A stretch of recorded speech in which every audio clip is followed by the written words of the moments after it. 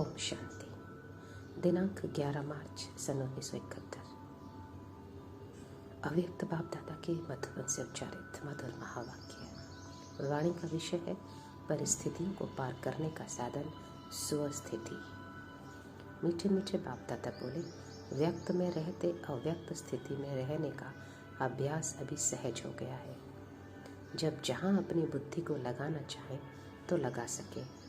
इसी अभ्यास को बढ़ाने के लिए अपने घर में अथवा भट्टी में आते हो तो यहाँ के थोड़े समय का अनुभव सदाकाल बनाने का प्रयत्न करना है।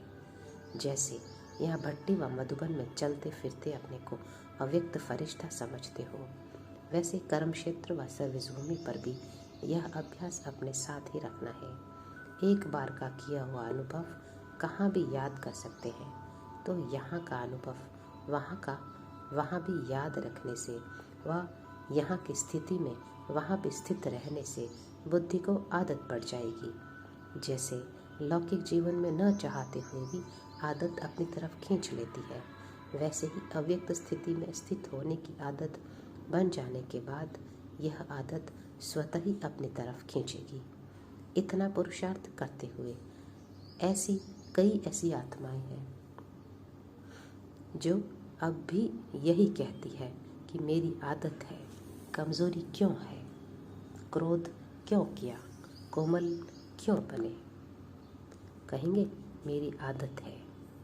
ऐसे जवाब अभी भी देते हैं। तो ऐसी ही यह स्थिति व इस अभ्यास की भी आदत बन जाए तो फिर न चाहते हुए भी यह अव्यक्त स्थिति की आदत अपनी तरफ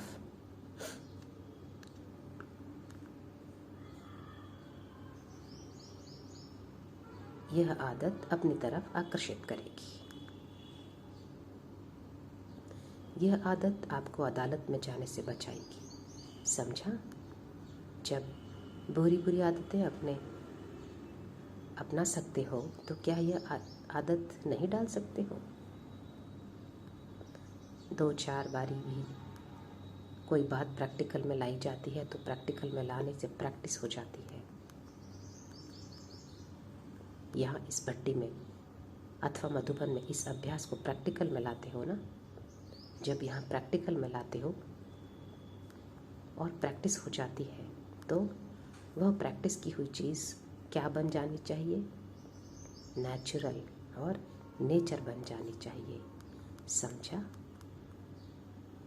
जैसे कहते हैं ना, यह मेरी नेचर है, तो यह अभ्यास प्रैक्टिस से नेचुरल और नेचर बन जाना चाहिए।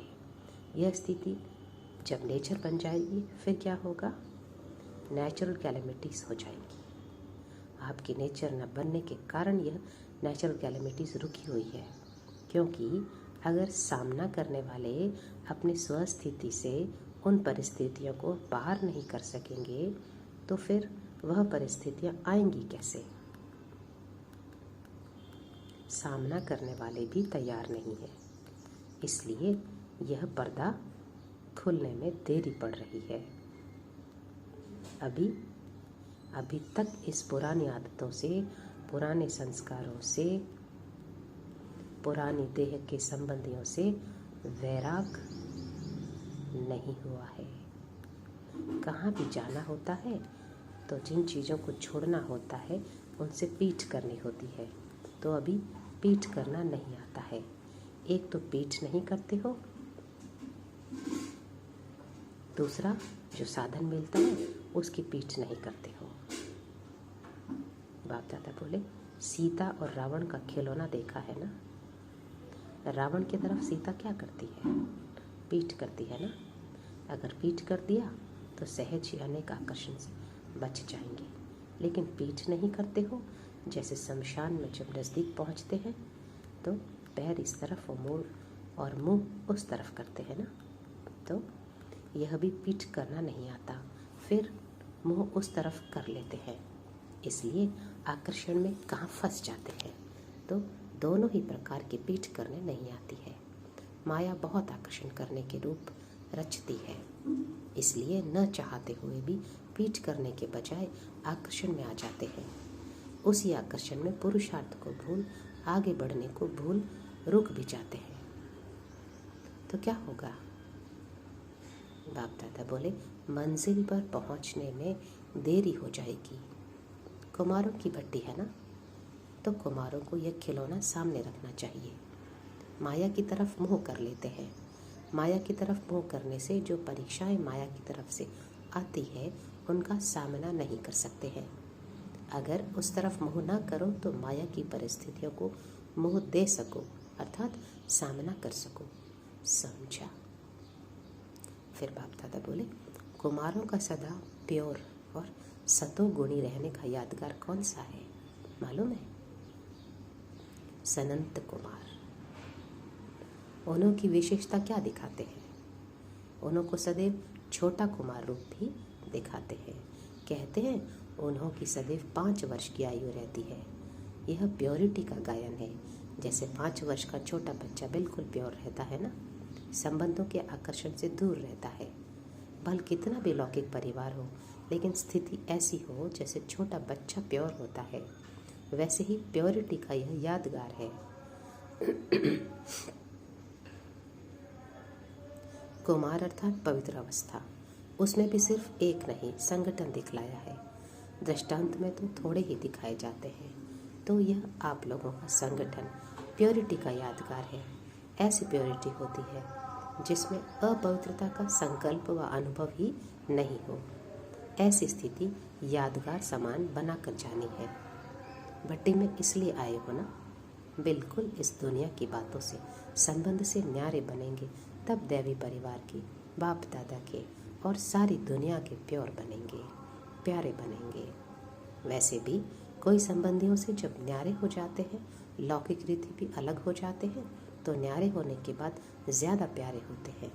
और अगर उन्हों के साथ रहते हैं व उन्हों के संबंध के लगाव में होते हैं तो इतने प्यारे नहीं होते हैं। वह हुआ लौकिक। लेकिन यहाँ न्यारा बनना है ज्ञान सहित, सिर्फ बाहर से न्यारा नहीं बनना है। मन का लगाव ना हो। जितना जितना न्यारा बनेंगे उतना उतना प्यारा अवश्य बनेंगे। जब अपनी देह से भी न्यारे हो जाते हो तो वह न्यारेपन की अवस्था अपने आप को भी प्यारी लगती है। ऐसा अनुभव कब किया है? जब अपने न्यारेपन की अवस्था अपने को भी प्यारी लगती है तो लगाव से न्यारी अवस्था प्यारी नहीं लगेगी। जिस दिन देह में लगाव होता है, न्यारापन नहीं होता है, तो अपने आप को भी प्यारे नहीं लगते हो, परेशान होते हो। ऐसे ही बाहर के लगाव से अगर न्यारे नहीं होते हैं तो प्यारे बनने के बजाय परेशान होते हैं। यह अनुभव तो सभी का होगा। सिर्फ ऐसे ऐसे अनुभव सदाकाल नहीं बना सकते हो। ऐसा कोई है जिसने इस न्यारे और प्यारेपन का अनुभव नहीं किया? अपने को योगी कहलाते हो। जब अपने को सहज राजयोगी कहलाते हो तो यह अनुभव नहीं किया हो, यह हो नहीं सकता।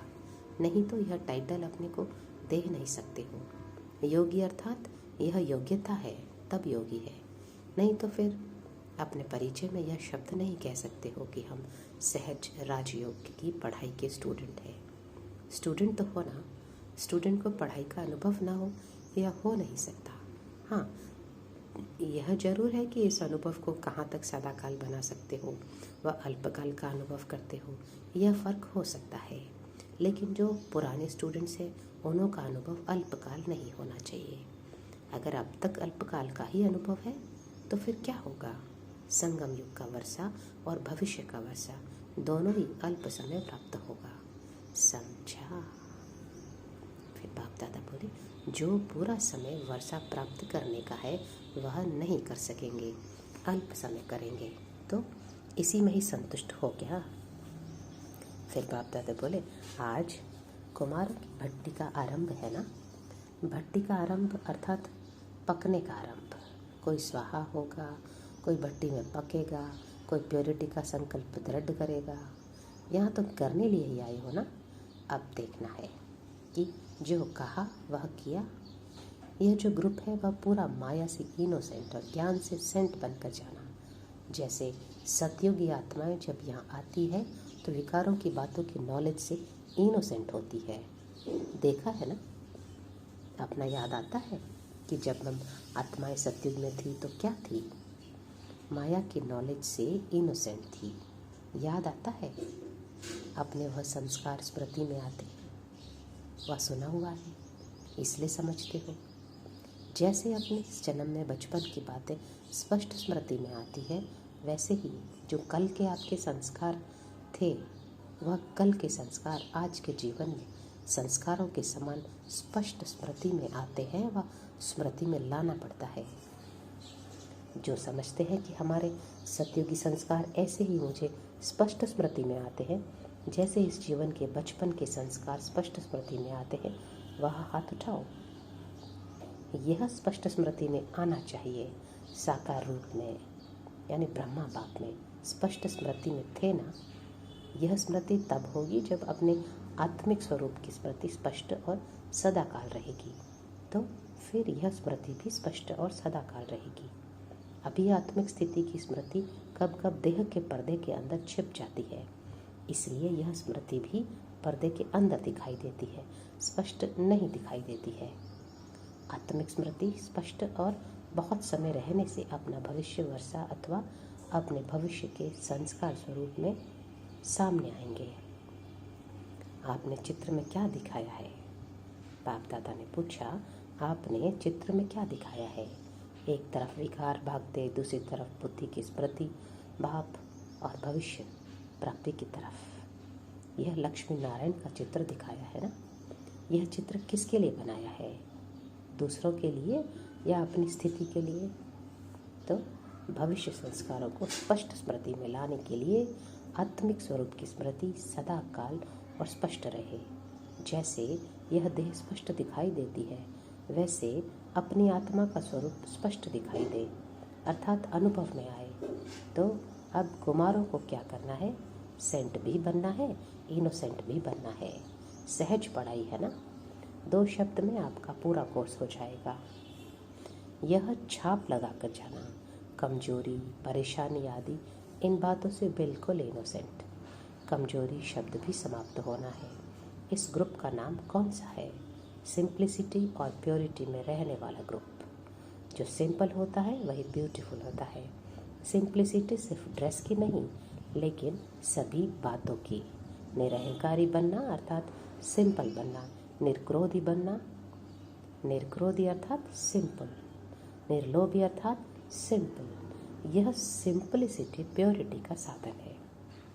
अच्छा, स्लोगन क्या याद रखेंगे? कुमार जो चाहे सो कर सकते हैं। जो भी बातें कहो वह पहले करेंगे, दिखाएंगे, फिर कहेंगे।